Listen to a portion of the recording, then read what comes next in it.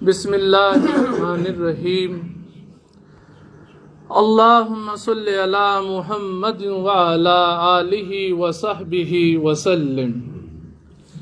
نبی پاک علیہ الصلوۃ والسلام نے ارشاد فرمایا الحلم من الشیطان، کہ برے خواب شیطان کی طرف سے ہوتے ہیں۔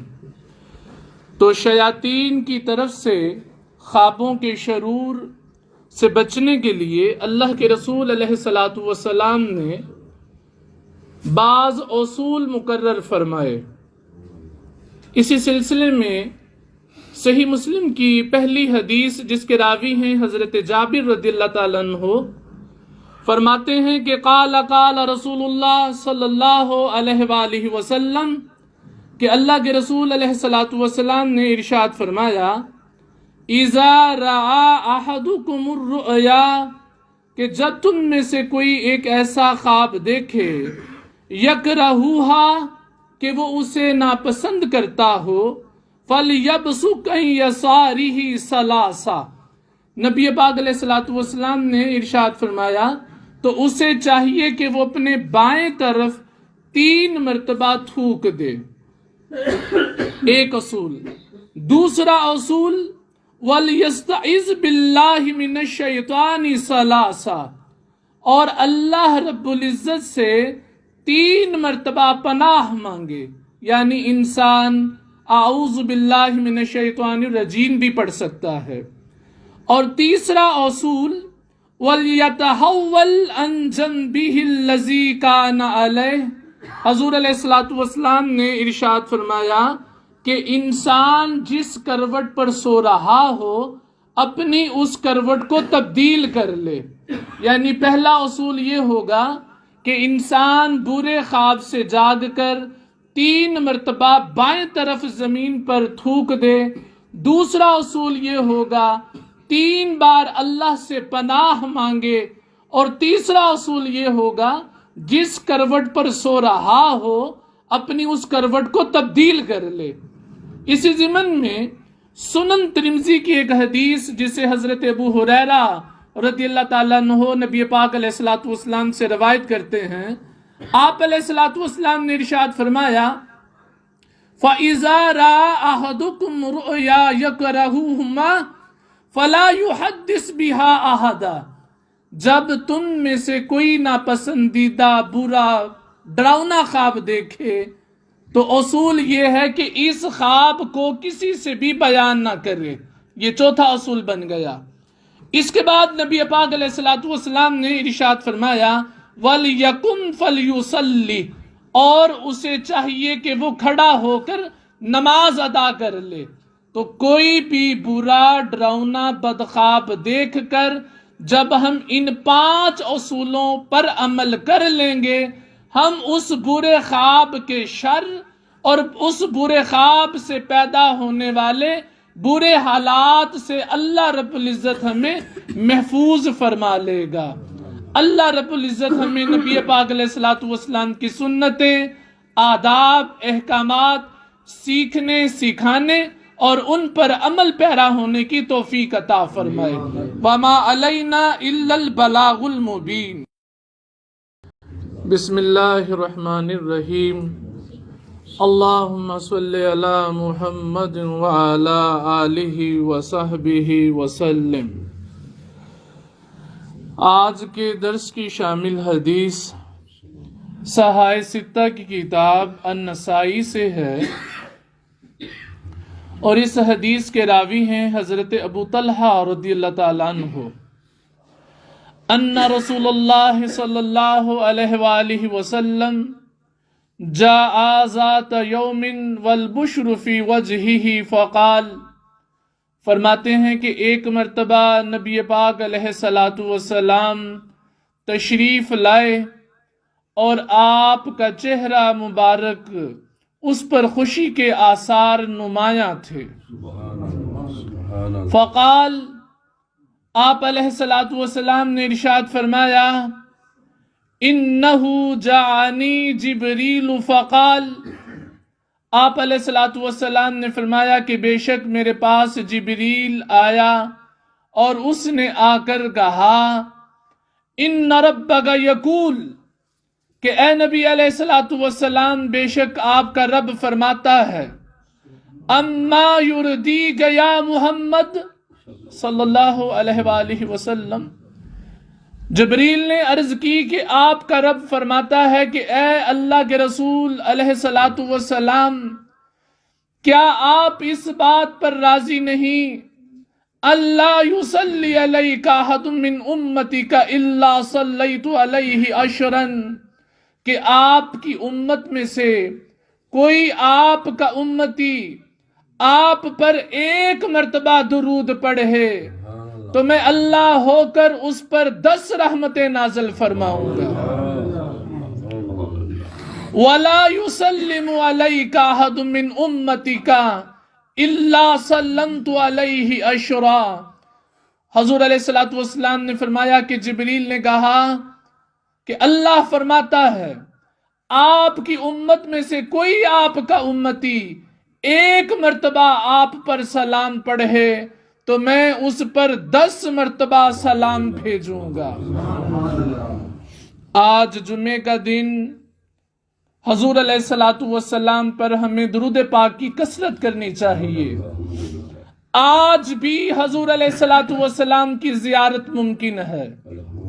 عرب دنیا کے ایک عالم دین الشیخ السید الحبیب الجفری جو اس وقت عرب دنیا میں اہل سنت کے ایک نمایاں عالم دین ہیں، اولیاء اللہ کی تعلیمات کے پرچار کرنے والے، ان کے دفاع کرنے والے، انہوں نے اس بات کا خلاصہ یوں کیا کہ جو کوئی بھی اللہ کے رسول کی زیارت کرنا چاہتا ہو اسے 3 باتوں پر عمل کرنا چاہیے.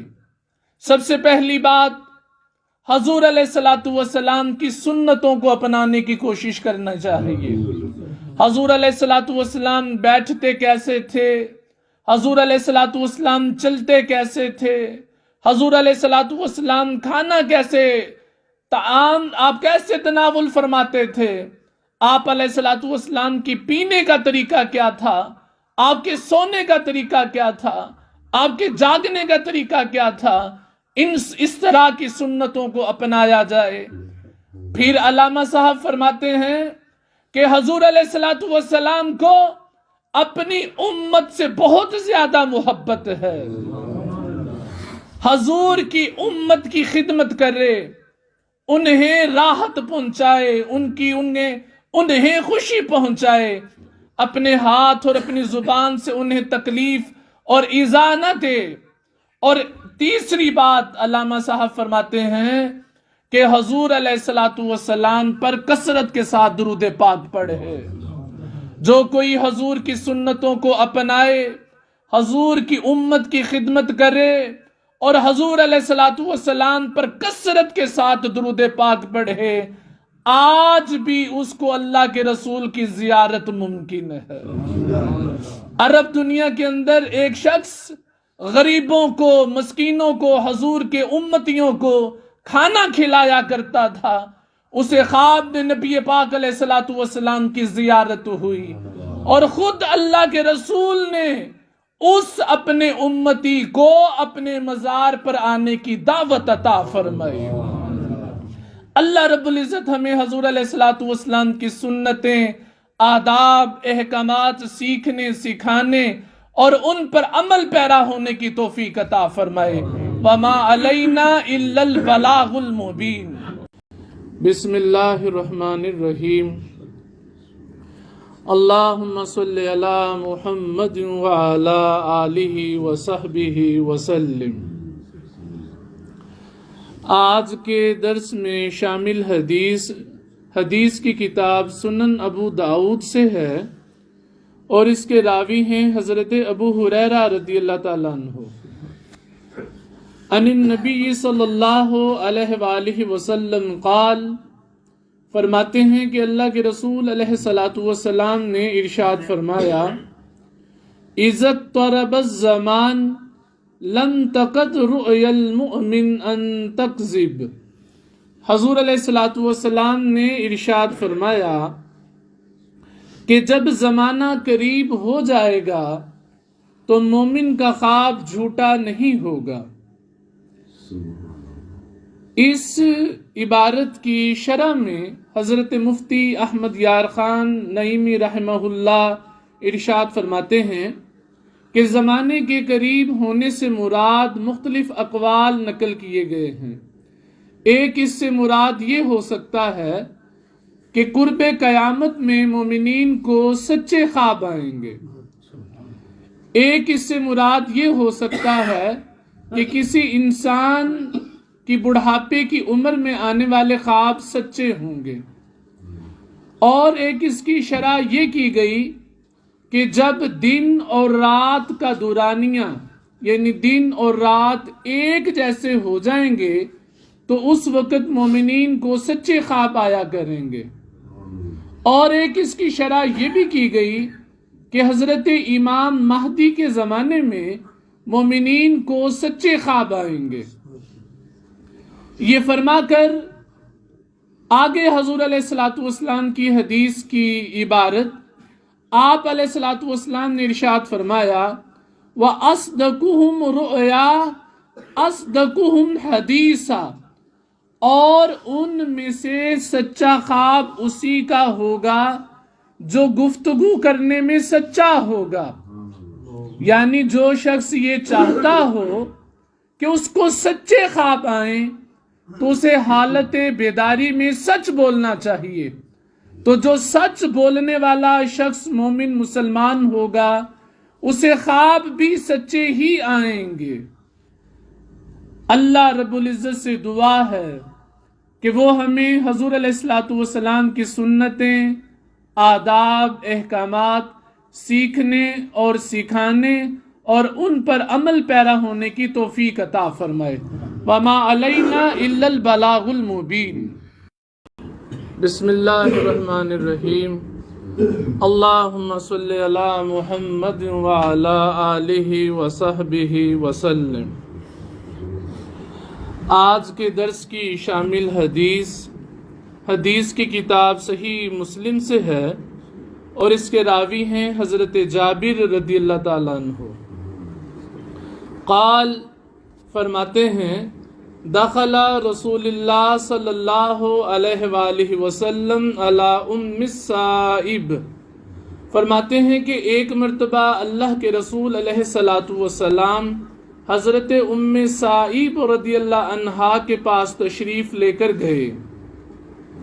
فقال، آپ علیہ الصلوۃ والسلام نے ارشاد فرمایا ما لکی تزفزفین، کہ کیا وجہ ہے کہ آپ کانپ رہی ہیں، آپ کو کیا ہوا؟ قالت الحمہ، انہوں نے عرض کی کہ یا رسول اللہ مجھے بخار ہو گیا۔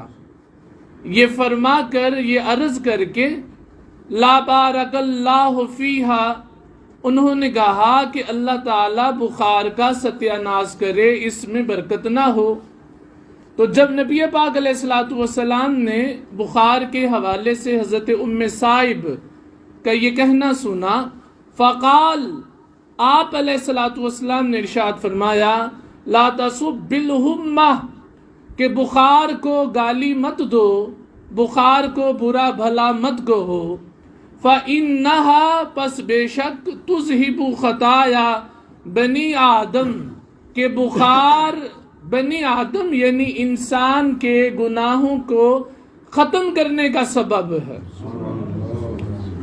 کما یذہب القیر خبث الحدید، حضور علیہ الصلوۃ والسلام نے فرمایا جیسے آگ کی بھٹی لوہے کے میل کچیل کو دور کر دیتی ہے، ایسے ہی بخار بھی ایک انسان بندہ مومن کے گناہوں کو مٹا دیتا ہے۔ اس حدیث کو، اس کی شرح میں حضرت مفتی احمد یار خان نعیمی رحمت اللہ ارشاد فرماتے ہیں کہ انسان کو کوئی بھی بیماری لاحق ہو تو وہ اس کے کسی جسم کے ایک حصے کو ہوتی ہے، مگر بخار جب کسی کو ہو تو وہ سر سے لے کے قدم تک اس کے سارے جسم کو ہوتا ہے، اس لیے سارے جسم کی خطاؤں کو معاف کرنے کا سبب بنتا ہے۔ فرماتے ہیں کہ امام سیوطی رحمت اللہ علیہ نے بخار کے حوالے سے باقاعدہ ایک کتاب لکھی، کشف الغمہ فی اخبار الحمہ، اور اس میں ایک روایت نقل فرمائی کہ ایک رات کا بخار انسان کے تمام صغیرہ گناہوں کے معافی کا سبب بن جاتا ہے، اور مومن کو ایک رات کا بخار اس کے 1 سال کے صغیرہ گناہوں کا کفارہ ہو جاتا ہے۔ تو ہمیں اس حدیث سے پڑھ کر یہ پتہ چلا کہ بیماری بھی اللہ کی طرف سے ہے اور شفا بھی اللہ کی طرف سے ہے۔ تو کبھی بھی بیماری کو گالی نہیں دینی چاہیے، برا نہیں کہنا چاہیے۔ اللہ رب العزت ہمیں حضور علیہ الصلوۃ والسلام کی سنتیں، آداب، احکامات سیکھنے، سکھانے اور ان پر عمل پیرا ہونے کی توفیق عطا فرمائے۔ وما علینا الا البلاغ المبین۔ بسم اللہ الرحمن الرحیم۔ اللہم صلی علی محمد وعلی آلہ وصحبہ وسلم۔ آج کے درس کی شامل حدیث متفقن علیہ حدیث ہے، یعنی صحیح بخاری اور صحیح مسلم دونوں حدیث کی کتابوں میں روایت کی گئی۔ اس حدیث کے راوی ہیں حضرت ابو ہریرہ رضی اللہ تعالیٰ عنہ، فرماتے ہیں ان رسول اللہ صلی اللہ علیہ وآلہ وسلم قال، کہ اللہ کے رسول علیہ الصلاۃ والسلام نے ارشاد فرمایا، من رعنی فی المنام فقد رعنی۔ حضور علیہ الصلاۃ والسلام نے ارشاد فرمایا کہ جس کسی نے مجھے خواب میں دیکھا، تحقیق اس نے مجھے ہی خواب میں دیکھا۔ فإن الشیطان لا يتمثل فی صورتی۔ حضور علیہ الصلوۃ والسلام نے ارشاد فرمایا کہ بے شک شیطان میری صورت کو اختیار نہیں کر سکتا۔